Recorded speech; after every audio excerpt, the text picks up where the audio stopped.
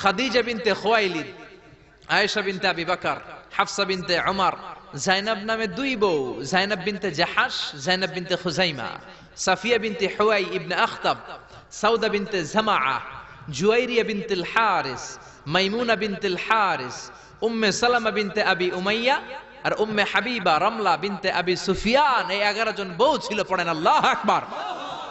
বিশ্বনবীর দাসী ছিল দুইজন, একজনের নাম হলো রাইহানা, রাইহানা বিনতে যায়েদ আন-নাদারিয়া, আর এক দাসীর নাম ছিল মারিয়া, পুরো নাম হলো মারিয়া বিনতে শামউন আল-কিবতিয়া। সুবহানাল্লাহ পড়েন।